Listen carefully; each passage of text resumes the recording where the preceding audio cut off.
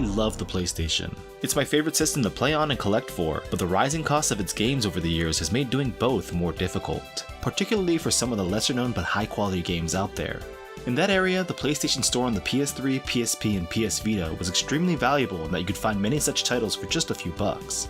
Sadly, and inevitably I suppose, the service wasn't going to last forever, and Sony just made it official. The PS Store will be shut down for good in the fall of 2021, specifically July 2nd for the PlayStation 3 and Portable, and August 27th for the Vita. I won't go into the pros and cons surrounding these digital PS1 titles. You've already got great sources like RetroRGB and My Life in Gaming for that info, nor will I begrudge anyone for utilizing methods outside of Sony's network to play them. This video is just here to put a spotlight on 16 titles that are currently too expensive for most people to own a physical copy of, but are of course cheap on the PlayStation Store. And since Import Gaming for the Win is all about Japanese games, these are all Japanese exclusive titles, or at least ones that never made it to the Western world. Also, I hope that this video can stand on its own after the store closes as a list of recommendations of interesting or fun PS1 titles to try out. Anyway, log into your Japanese PSN account, get your PlayStation point cards ready, and hopefully you'll find some good games to download, before it's too late. First off is Zanac X Zanac from legendary game developer Compile. This 2001 release is the company's last shooter and is also considered the last proper title the team ever made. It's split up into two game modes, the first consisting of ports of the 8-bit classic Zanac in its Famicom and Famicom Disk forms, as well as an all-new special mode that tweaks the gameplay a bit and significantly beefs up the difficulty. That's great, since the original Zanac is one of the best shooters from its time, but the real reason to play this is Zanac Neo, a sequel that also acts like an updated version of the game for the 32-bit generation. The overall gameplay is relatively the same, but the upgraded graphics and sound in addition to the faster pace of the action makes Zanac Neo stand out in an era where fantastic shooting games were the rule and not the exception. Zanac X Zanac has consistently sold for over $100 in Japan for a while now, and will probably only go up in price, so paying a few bucks to play the download version is a bargain. If you enjoy Compile's other shooters, or shmups in general, I have no doubt that you'll love this one.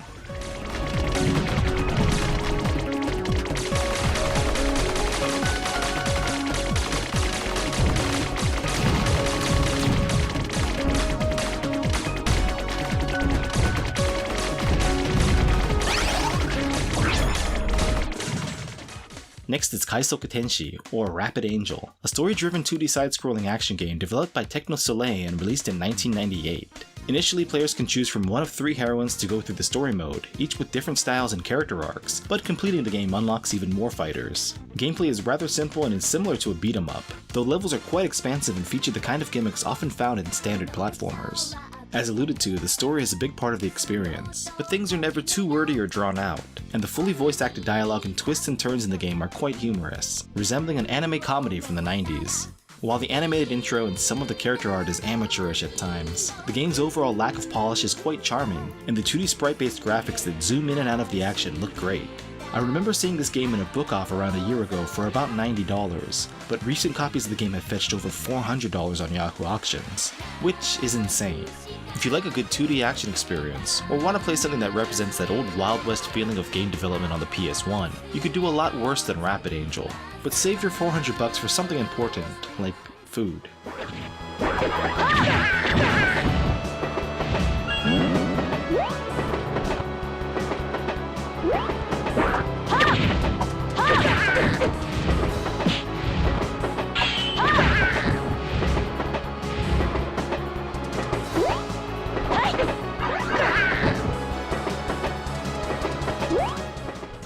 Kyoiin Gunbike. Speed Power Gunbike. What a name. This 1998 title, developed by Inti Creates and published by Sony Music Entertainment, is a sort of hybrid racing and mecha action game. The player can choose from one of several characters and their futuristic transforming gun bikes, each with 3 different forms. The bike form is the fastest and most compact, but puts the rider at the highest risk for ejection from the vehicle. The rally form is not quite as fast as the bike, but is armored and resistant to enemy attacks. The final form turns the vehicle into a bipedal robot that can smash through objects and even shoot projectiles. The game is a lot of fun, but quite challenging with a pretty steep learning curve. Each stage is a race against the clock, well, against constantly depleting energy, so taking too much time or too much damage will result in failure. For the longest time this game was under $50, but recently copies have been fetching over $100 online. Speed Power Gunbike is a great game for fans of futuristic or mecha anime, or games that look like Tail Concerto or Mega Man Legends.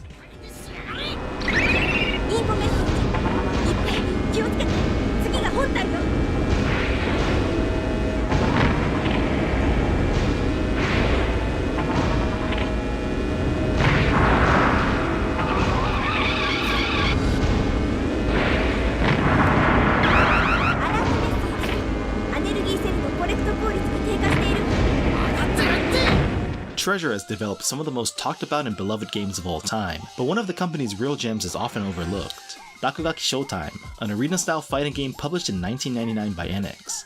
Rakugaki is the Japanese for doodle, so naturally the game takes place in a crudely drawn world inhabited by crudely drawn fighters. Gameplay is much like Konami's Porter's Point games, known as Poi Poi in the West, except the pace is a lot faster and the action more spectacular. Most rounds consist of throwing objects at rivals, throwing rivals at rivals, throwing objects at objects, and throwing rivals at objects. There are different special attacks and stats for each character, and you'll even run into some familiar faces if you're a fan of Treasure's other works. Rakugaki Showtime is another game that has been consistently pricey for a while now, though it is slowly climbing up to $150 online for complete copies. If you're in the mood for some chaotic action done well and with style, this is the game for you.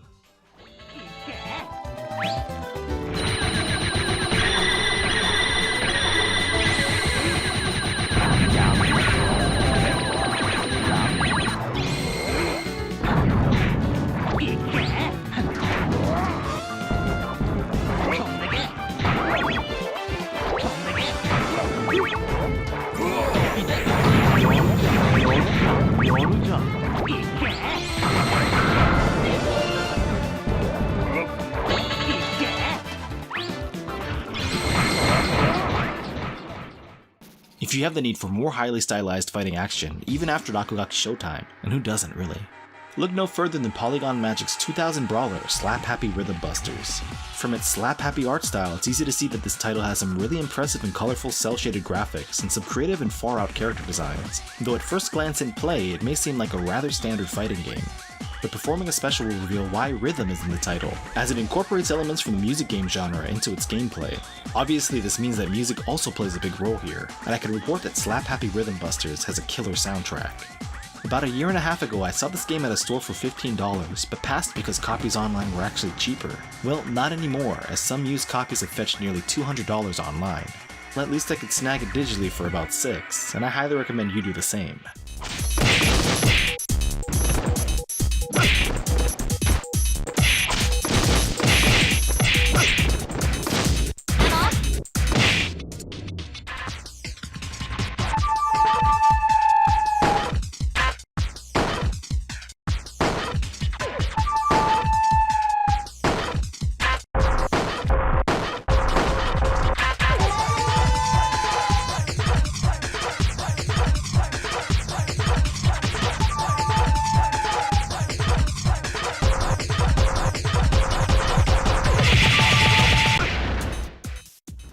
The next game featured is one I really don't have much I can add to that hasn't already been said a million times in recent years. It's Harmful Park from developer and publisher Skythink Systems. This 1997 horizontal shooter is cute, it's got an awesome soundtrack, and it oozes a ton of personality with its interesting weapon selection and stage and enemy designs. But don't believe all the hype, it's not the end-all be-all shooting game, and it's certainly not worth spending over $600 for like it's gone for recently online in Japan. However, I still think it's a solid title and a whole lot of fun. Definitely worth more than the PSN $6 asking price. This one comes highly recommended from me and about 10,000 other people.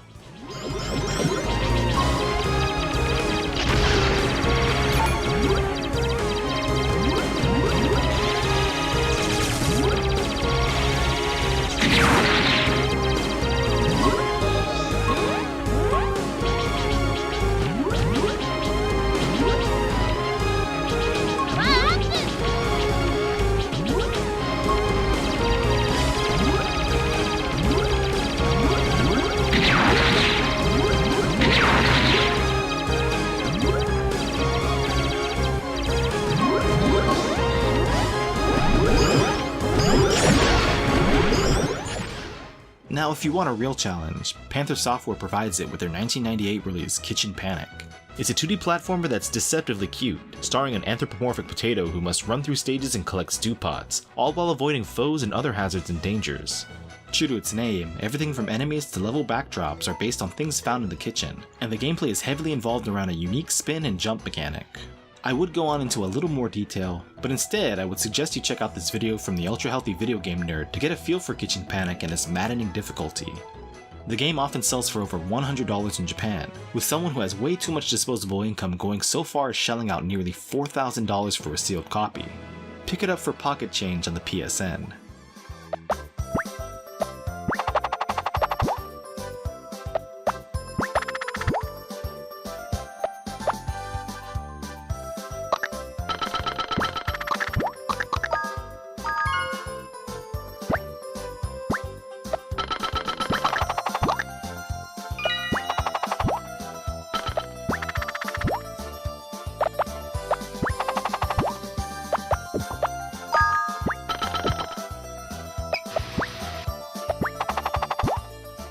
Of course, I couldn't make a list of games like this without mentioning The Adventure of Little Ralph, New Corporation's 1999 action platforming masterpiece. It's challenging and cute much like Kitchen Panic, but the sheer quality of this game is on a whole different level. The controls, the graphics, the music, the stage layout and game flow, everything has been crafted to near perfection by New's small but passionate team. It's one of the greatest action games ever made, and you won't have to spend more than $300 to play it. Little Ralph is one of my favorite games, one I thankfully bought cheap long ago, but I still felt the need to download it before the PlayStation Store goes offline. Hopefully more downloads show the current rights holder Clavier that people still love Ralph, and maybe they'll publish it on other platforms. If you want to know more about this game, I did a video on it years ago, but it's something I would like to redo someday and give proper justice. My latest video on the game's unique demos, history, and legacy is a better watch in the meantime. Hope you enjoy that, and the game itself of course, and self-shilling.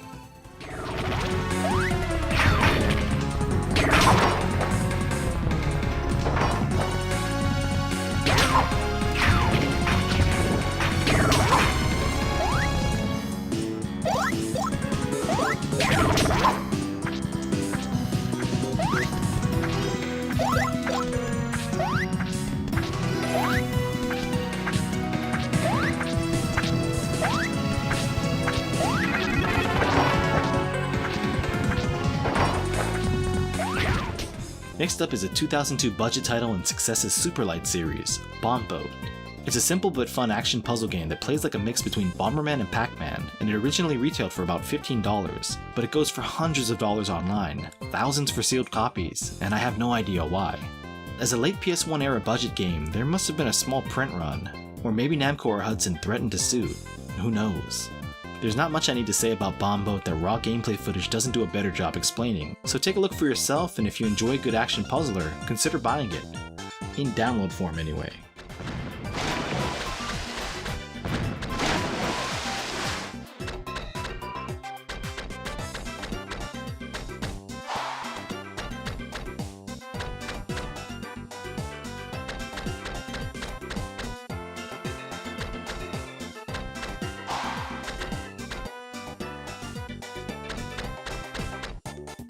The 10th game featured in this video was an early PlayStation release from 1996, Media Entertainment's Kyuiin. Like Harmful Park, it's another horizontal scrolling shooter with cute graphics, and also like Harmful Park, it currently can reach ridiculously high prices in online auctions. To set itself apart from other shooters, it is equipped with a rather unique gimmick. The game begins as a boy and his sister are sucked into the fairy tale world of a book. The siblings are tasked with defeating a perilous evil that has plagued the otherwise peaceful lands, and through the power of magic they can select anything to ride into battle on. So understandably, the boy chooses his trusty vacuum cleaner. This flying appliance sucks up projectiles and lesser enemies through its hose, but the feature is lost when damage is taken until a repair item can be found. Other than that, the gameplay includes most of the bells and whistles you'd expect from a standard shooter, but with bright and cheery graphics and sounds and enemies and locales based on popular fairy tales from the West. Well, mostly. It's another subject that the ultra-healthy video game nerd has talked about in the past, so check out that video if you want to know more, or just play the game.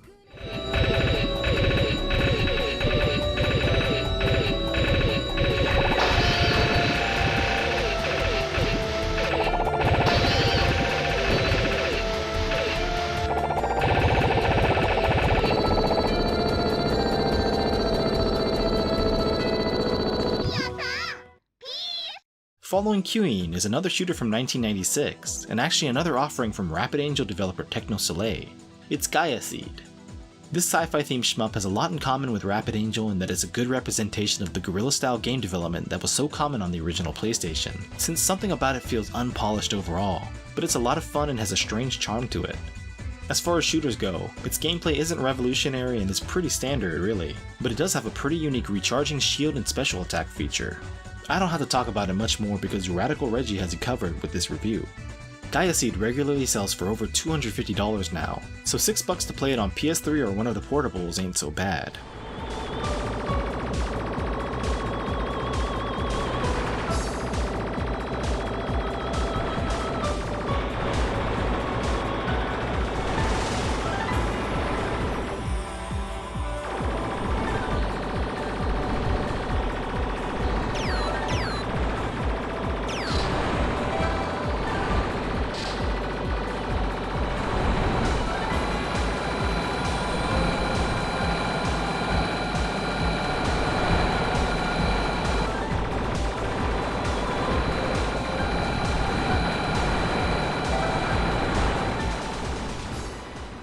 1998's LSD Dream emulator from Asmik Ace is one of those games like Harmful Park that has been talked about almost ad nauseum over the last decade and is pretty well known to gamers both in the retro and modern spheres, the latter being due to the rise of streamers and clickbait articles. Well, its reputation precedes it, and it's mostly used as an example of quote wacky unquote Japanese culture. But if I were to casually describe it myself, it's a game that's more interesting in concept than in execution, but is strangely addicting, and is less weird than it is terrifying in my opinion.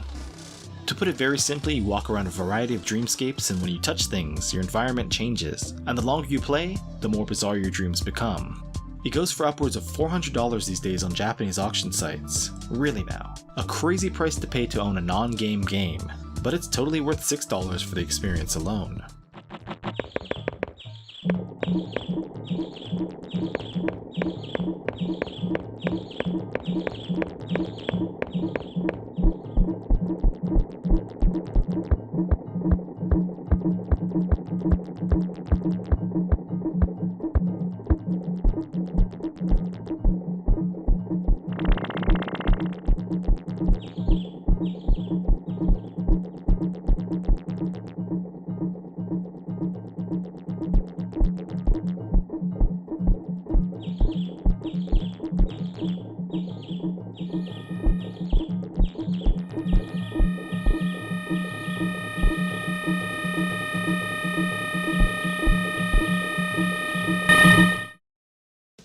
Mad Stalker Full Metal Force is a badass mecha side-scrolling action game from Moscow 120% series developer Kyuiin Cafe. This 1997 title is a reworked version of a game that was released on Japanese computers and the PC Engine in the mid-90s, and plays like a single-plane beat-em-up fighting game hybrid. It's a blast to play but requires quick reflexes and practice to do well, especially if you want to beat it in one continue. A previously unreleased Mega Drive port was finally published in 2020, and Stalker did a great review of it.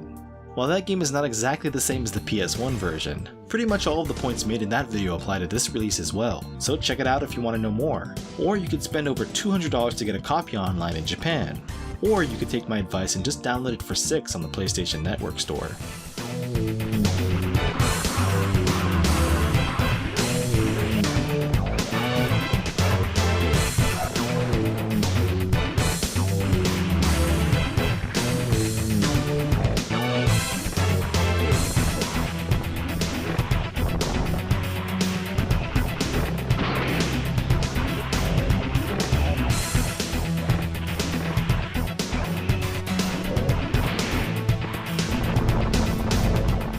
A game that plays similarly to Mad Stalker is Panzer Bandit, and for good reason, since it was developed in the same year and by the same team, Kyuiin Cafe.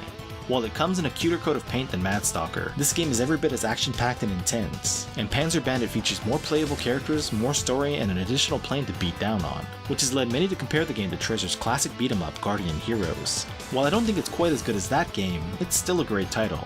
Up until very recently, this game could be found for under $100 online, but now it's often sold for more. Panzer Bandit is an excellent experience for those who like beat-em-ups or straight-up action games, or for those who enjoyed Mad Stalker.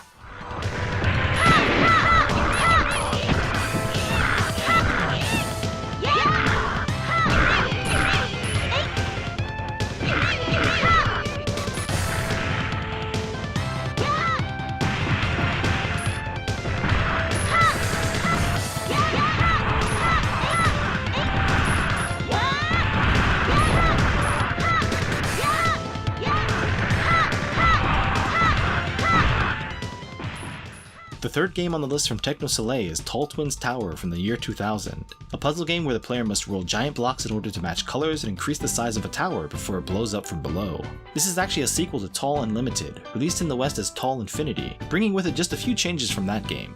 While it features updated graphics and a different art style, the biggest change is that there are two selectable characters that change gameplay, one which allows the player to pick up blocks like a crane, and another that gives the ability to shift the floor below either left or right. It's a simple but fun and often nerve-wracking time, a puzzler that's easy to pick up but difficult to master. I remember seeing this one a few years ago in the $15 to $20 range in stores, but now it's strictly $100 and up it seems. If you enjoyed the prequel or puzzle games like Sai, known as Devil Dice outside of Japan, then you might want to consider purchasing Tall Twins Tower.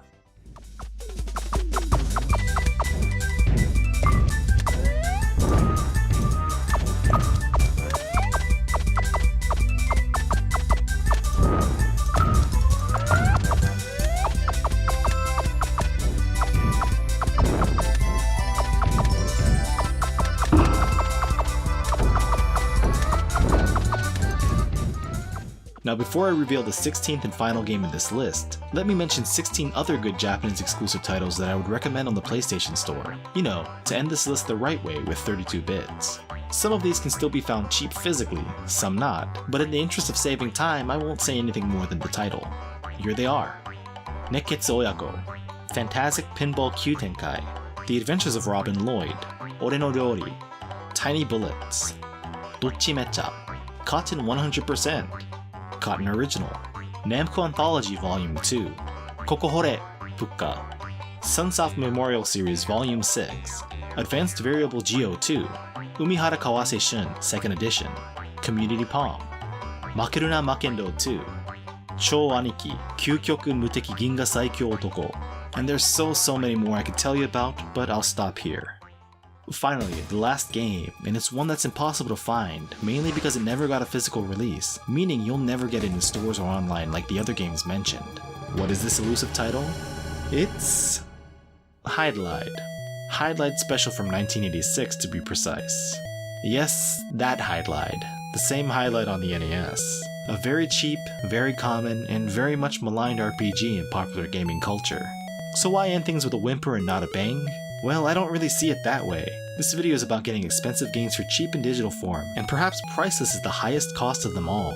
Well, not really, but is probably the single most interesting and unique piece of downloadable content available in the PS1 game archives on the PlayStation Store. Hydlide developer T&E Soft included the infamous but trailblazing action RPG as an endgame bonus for their 1999 PlayStation title Sonata. I'm not sure why the current rights owner of the game, Gung Ho, decided to make the game available as a PS1 download, but it's here and it's actually the last PS1 classic ever made available in the store, published on December 13th, 2019 for the low price of about $3. It stands out almost like a sore thumb among other PlayStation titles, not just because it's a straight Nintendo Famicom port, but also because the graphic used to display the game doesn't use a transparent PNG image and instead appears to be a JPEG, giving the game icon a gaudy white background. What makes this addition to the PlayStation Store even more odd is that the source game Sonata isn't even available in the archives. Anyway, it's not an exciting title like the others I put in this video, but as the PlayStation Store's time wraps up, I thought it was worth mentioning as a part of the service's history. And I don't know, I thought it was kinda neat. And while people really seem to hate this game, I have to ask the same question Super Derek did in his old review. Is Hydlide really such a bad game? Probably, but I actually enjoyed playing it from start to finish for this video.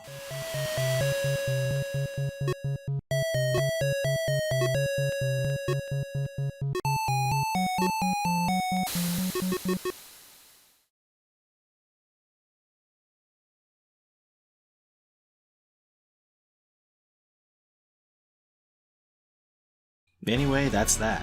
Although I was an Xbox 360 guy, I appreciate all the years of entertainment and good deals the PlayStation Store gave us, and I appreciate you watching this video until the end. I hope you discovered some new old PS1 games to enjoy, whether it's on the original system, the PS3, the PSP, the PS Vita, or other. This is Jimmy Hoppa. Take care.